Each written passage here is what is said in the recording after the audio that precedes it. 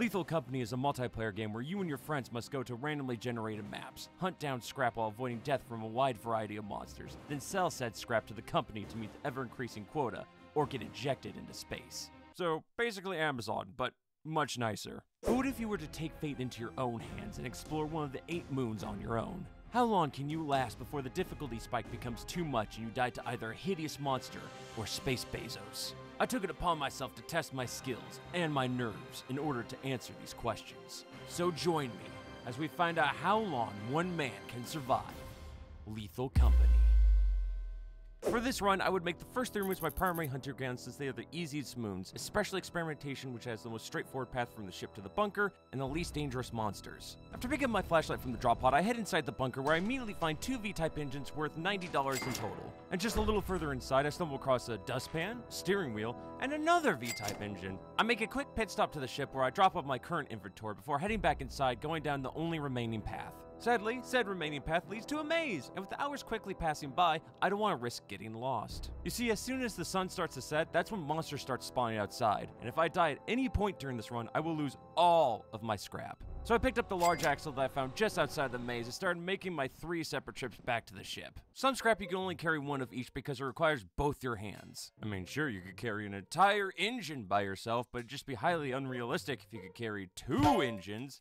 That'd just be stupid. After gathering the last of this scrap, I take off, ending the first day with more than enough loot to reach quota. For day 2, I land back on experimentation, making a beeline for the bunker. During my hunt, I found bottles, another V-type engine, and after making a perilous jump, a big bolt. I try exploring the rest of the bunker, but it's yet again another maze, and with my flashlight quickly dying, I decide to play it safe, taking my scrap back to the ship and calling it a day.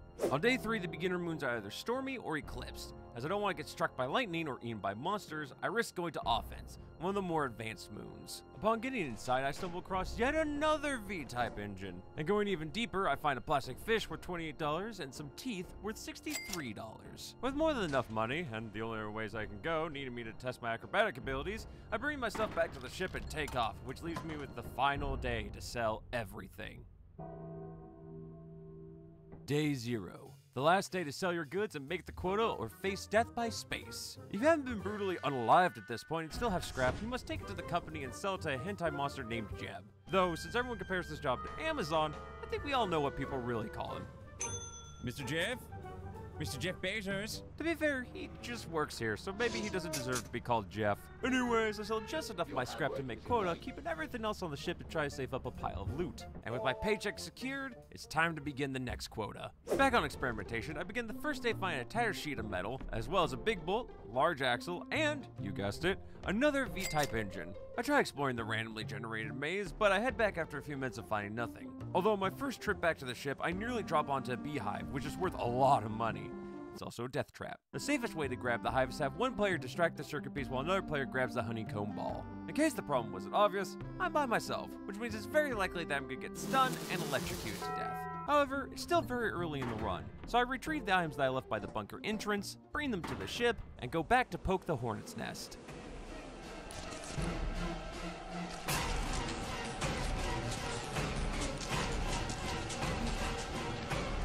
And barely make it back to the ship alive by the skin of my teeth, taking off, already reaching my second quota as I head into day 2. Once again, the first 3 moons have very dangerous weather conditions, so I decide to take my chances with assurance. With the rain out, I need to make sure to avoid any quicksand, unless I want to end up like my friend Donnie. Tiptoeing around the sand pits, I make it into the bunker, finding a cookie mold pan and a stop sign. While exploring yet another maze, I come across Seth Rogen. This blue goo is a high grower. It is very slow, but hurts a lot if it touches you, and it never stops following you. And seeing as how it is in the maze, it could end up cornering me if I got lost. So I leave with the little loot that I've gathered. Disappointed, but alive. Day 3 bodes well as experimentation is only just rainy, making it the safest place to land. Inside, I come across a jar of ricks, and the boiler room holding the almighty apparatus. This thing is worth a cool $80. But there is a hitch. It turns off all the lights and spawns more monsters inside of the bunker. So I leave it alone for the time being, put the pickles outside, and go back in to check out the other path. Only only to be grabbed by a snare flea. These centipede-like creatures like to hang off the ceiling and wait for unsuspecting players so they can drop on their heads and suffocate them. The only way to be rid of them is to either get out the front door or have another player hit them off of you with a shovel. With my vision impaired, I try to make my way to the front door, awaiting the cold embrace of death.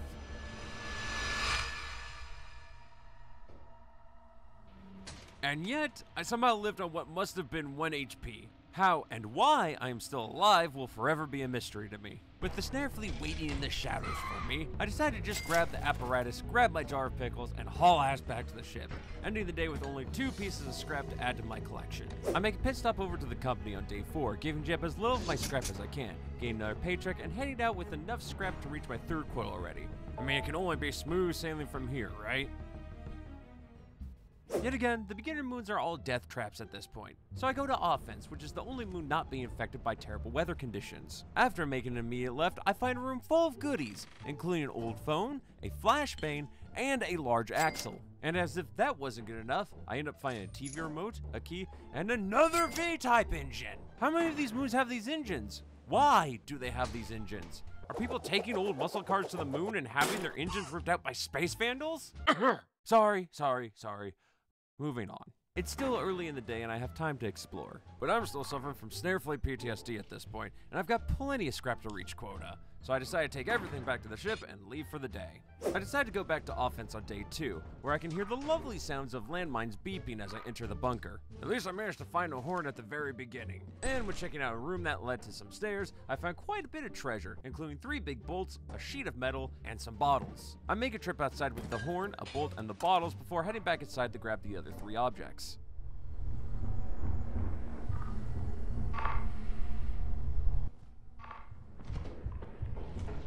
There's a thumper. Okay, we're good. A thumper gets its name from the sound it makes in the bedroom. Just kidding, it's clearly the thumping sound it makes when it moves around. This land shark is completely deaf, but can see incredibly well, meaning the best chance of survival is to listen for the thumping sound and avoid that direction at all costs. So, with such a large load of items, I decided to call it a day, making 2 trips. The first trip is super easy. The second trip, on the other hand,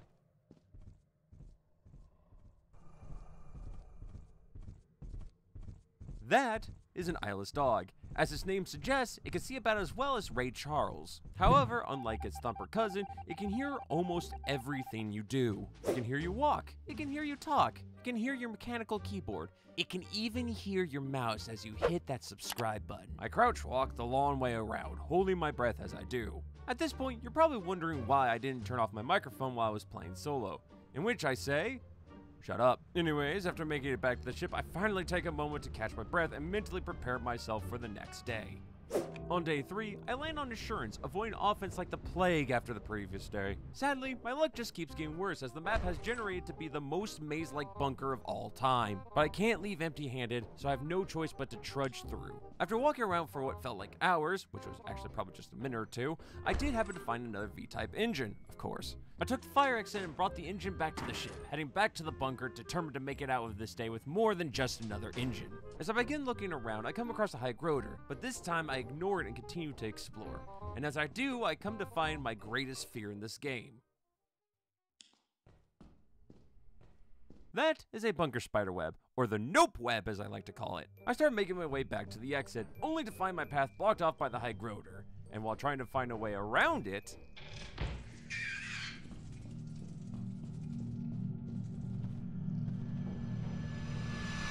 Oh my gosh, nearly dying to a snare flea high groater combo, I decide to head back to the ship, leaving with only the engine. Feeling defeated, but keeping myself alive. And again, with plenty of scrap on board, I'm not sweating at this point. Day 4, you should know the drill by now. Fly to the company, give Jeb the little scrap that I can, reach quota, and begin the next set of days. For the first time since I started this run, all my options for moons were terrible. I decided to head back to experimentation as it has the easiest path to the bunker. This could still prove to be challenging as it is eclipsed, meaning that monsters spawn at any time during the day and there can be more of them. I look out and don't run into any as I reach the bunker. That's where my luck runs out, as I'm faced with mines practically everywhere, mazes on every path I can go without exploding, and the sound of footsteps in the distance. I bring with me the wheel that I found earlier and call it a day. Yet again, not gathering a lot, but surviving to try and grab more loot. They're all terrible. Why are they all terrible? I went back to experimentation on day 2, as it is still safer going to it while it's eclipsed than any of the other moons. This time, I'm only given 2 paths, one leading to a maze, and the other leading to a set of stairs. I check out the safer path first, finding a key and a flask. Upon reaching a dead end, I decide to take the flask outside, but I bring the key back in with me just in case I find a locked door. After getting lost for a minute, I found this level's boiler room, meaning I also found the apparatus, as well as a dustpan. I grab both, running through the maze and outside before any of the monsters can spawn on top of me. I drop the key for the flask and head back to the ship. While not the greatest of days, the apparatus certainly helps a lot.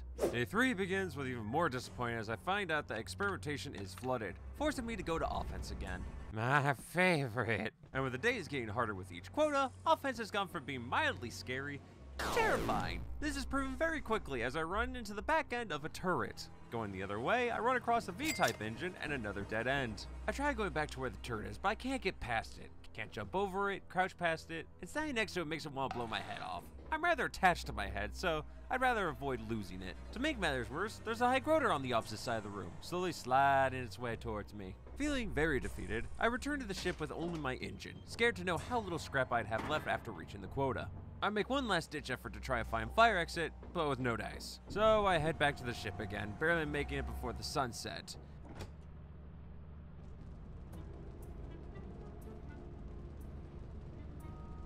Oh, that was close. As per usual, I bring as little scrap as I possibly can to Jeb, watching as my massive pile of junk shrinks with each trip. By the end of my selling, I'm left with only a $162 buffer. With so little money left over, I needed to make a huge gamble if I wanted to reach the next quota. At this point, I'm not confident that I'd be able to get enough scrap on the first 3 moons, and after the last trip, I really don't want to go back to offense. So I make the biggest dick move and go to Titan. I've been avoiding this moon for 2 reasons. It costs $700 to get there, and it has the highest monster spawning rate, not to mention the most dangerous monsters. But it's also guaranteed to have over $1,000 worth of scrap for me to find. As I spend almost an entire hour walking up the stairs, I finally reach the bunker, or as I would later call it, hell. Upon taking the right path, I find a can of Coke, a dead end, and a bell. I drop them off outside and start exploring upstairs, finding a horn and a dead end on the left and a can of Coke outside of the right. I make another quick run outside to drop things off and head over to the right side to explore the rooms. And of all the items I could find, I find one of the items that scares me the most. Comedy. There are 2 masks in this game, tragedy and comedy. If you hold either of these masks up to your face, you will be converted into a mast, a zombie-like creature that could turn other players into monsters. But as long as I'm not stupid and put the mask up to my face, there's no way that I'd be able to turn. Make this item no more than a bad omen. I was burning daylight and needed to act quick. I dropped off the mask and ran to the nearby fire exit, entering inside. While looking around the room, I could hear a lot of footsteps, which could only mean one thing: bunker spider. As the footsteps grew louder, fear took control, causing me to step outside out of panic. Oh, gee, what? No! That was a forest keeper, a giant with big ol' eyes that could see practically everything. Of course, I somehow missed the giant as I was going to the fire exit, allowing it to camp the door and ambush me as soon as I stepped foot outside. And as if losing all my scrap that I found on this moon wasn't bad enough, I also lose all my scrap that's on the ship, leaving me with nothing. But not all hope is lost. I still have access to Titan for the next 2 days, and if I play my game well and get very lucky, I could still make it to the next quota. The next day, I climb up those stairs once more, but instead of the mansion interior that I had last time, I'm greeted with the usual bunker. Feels almost like home at this point.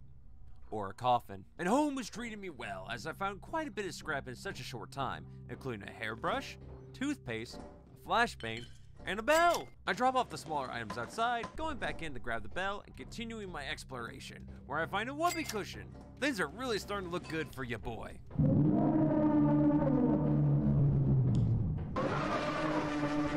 With a sussy imposter now following me, I have to start dropping things off at the ship.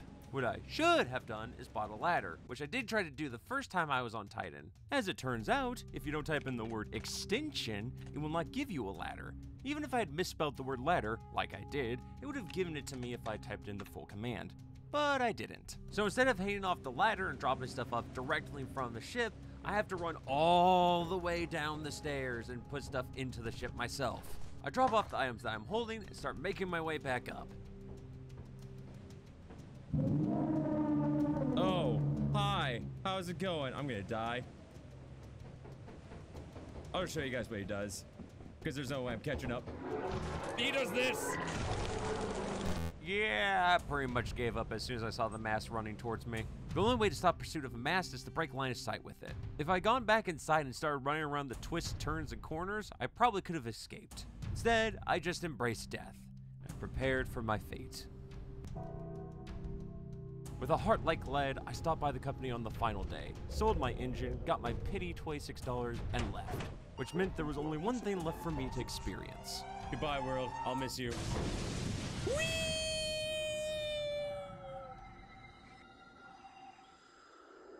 As the game taunted me with those 3 words, I couldn't help but feel I could have played better if I'd just stayed out a little longer each day, if I'd sucked it up and actually explored the mazes, and if I wasn't an idiot and knew how to get a ladder, maybe I would have reached that quota that's over $1,000. Or if I had just avoided tying altogether and just played braver on the earlier moons, I might have gotten further.